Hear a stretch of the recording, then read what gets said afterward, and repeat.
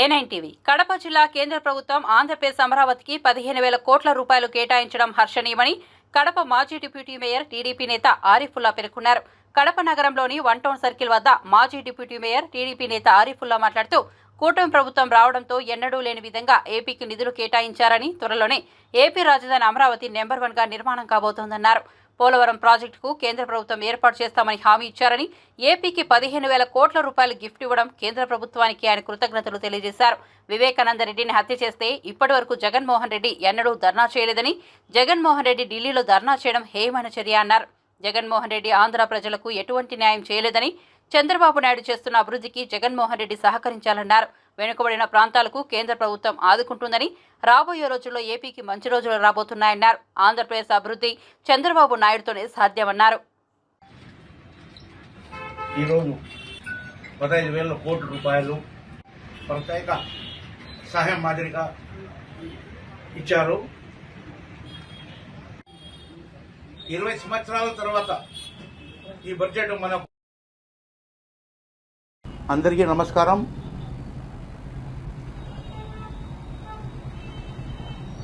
కేంద్ర ప్రభుత్వం ఆంధ్రప్రదేశ్ అమరావతికి ప్రత్యేక 15,000 కోట్ల రూపాయలు కేటాయించడం, నిధులు కేటాయించడం మన కూటమి ప్రభుత్వంకి ఈ విజయం దక్కుతుంది అని నేను చెప్తున్నాను. అదేవిధంగా ఎప్పుడూ లేని ఈ కూటమి వచ్చిన తర్వాత ఈ బడ్జెట్ రావడం అనేది కూడా ఆంధ్ర 5 కోట్ల ప్రజలకి రాజధాని అనేది ఒక కళగా ఉండింది. ఆ కళ చంద్రబాబు నాయుడు గారు కూడా గతంలో ప్రపంచంలోనే మన అమరావతి రాజధాని ఎలా ఉండాలా అనేది ప్రపంచంలోనే నెంబర్ 1గా చేస్తామని ఆయన మాట కూడా ఇచ్చారు. దేని చేయాలా ఆ మాట ప్రకారం ఇప్పుడు మన అమరావతి ప్రపంచంలో నెంబర్ 1 రాజధాని కాబోతుంది.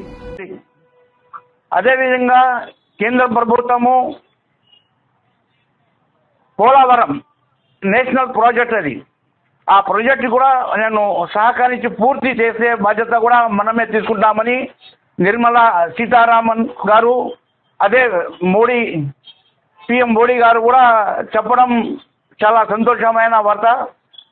దాన్ని ఎంత తొందరగా అయితే అంత తొందరలోనే ఈ ప్రాజెక్ట్ చేస్తే మన ఆంధ్ర వాళ్ళకు, రాయలసీమకు ప్రతి ఒక్కరికి నీళ్లు వచ్చి ఇలా పంటలు పండిస్తూ అందరూ సుఖ సంతోషంతో ఉంటారనేది కూడా నేను సభాముఖంగా మోడీ గారికి అయితేమి, సీతారామన్ గారికి అయితేమి, మన చంద్రబాబు నాయుడు గారికి, అదేవిధంగా మన డిప్యూటీ సీఎం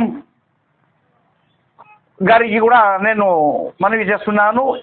ఈ డబ్బులు కూడా తొందరలోనే వస్తాయని ఫైనాన్స్ మినిస్టర్ సీతారామన్ గారు కూడా చెప్పడం జరిగింది.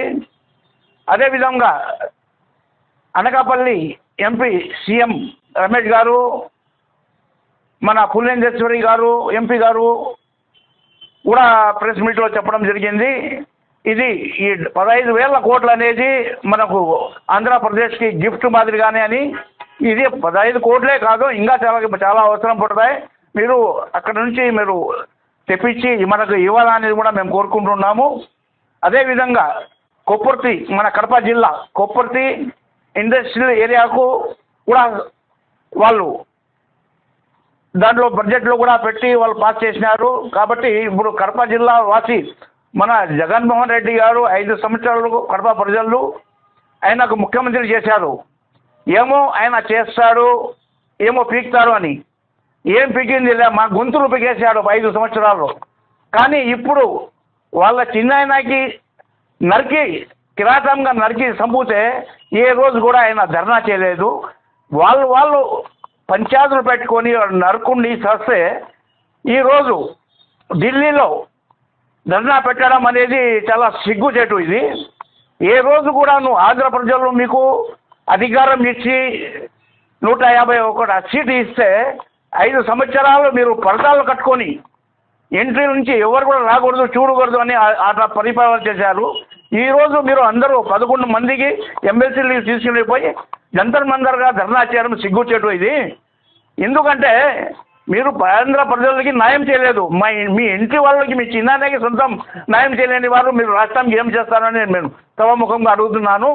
కాబట్టి ఇట్లాంటి చిన్న శిష్టాలు వదిలేసి అభివృద్ధి కోసం మీరు కూడా సహకరిస్తే మేము కూడా మీకు సంతోషంగా మేము కూడా మీకు స్వాగతం పలుకుతాం.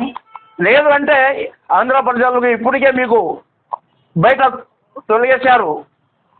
151కి 5 మధ్యలో 5 తీసేసి 11 ఇచ్చారు. కానీ అసెంబ్లీలో కూడా మీకు ఆ సీట్లు లేకుండా పోతాయి. జాగ్రత్త పడి మీరు మన చంద్రబాబు నాయుడు గారు కూటమి ఇది మన ఆంధ్రప్రదేశ్ అందరూ కలిసికట్టుగా ఉండాలని మేము కోరుకుంటున్నాము. అదేవిధంగా ఈ రాయలసీమ అయితే ఏమి, ఉత్తరాంధ్ర అయితే ఏమి, మన కృష్ణా అయితేమి, ఏ జిల్లాలు ఎన్నికపడినాయి ఆ జిల్లాలు కూడా కేంద్రం ఆదుకుంటుంది అని చెప్పడం చాలా మంచిది. ఇంకా చాలా విషయాలు ఉన్నాయి. మీకు రాబోయే కాలంలో ప్రజలకి మీడియా ద్వారా తెలుపుతాం.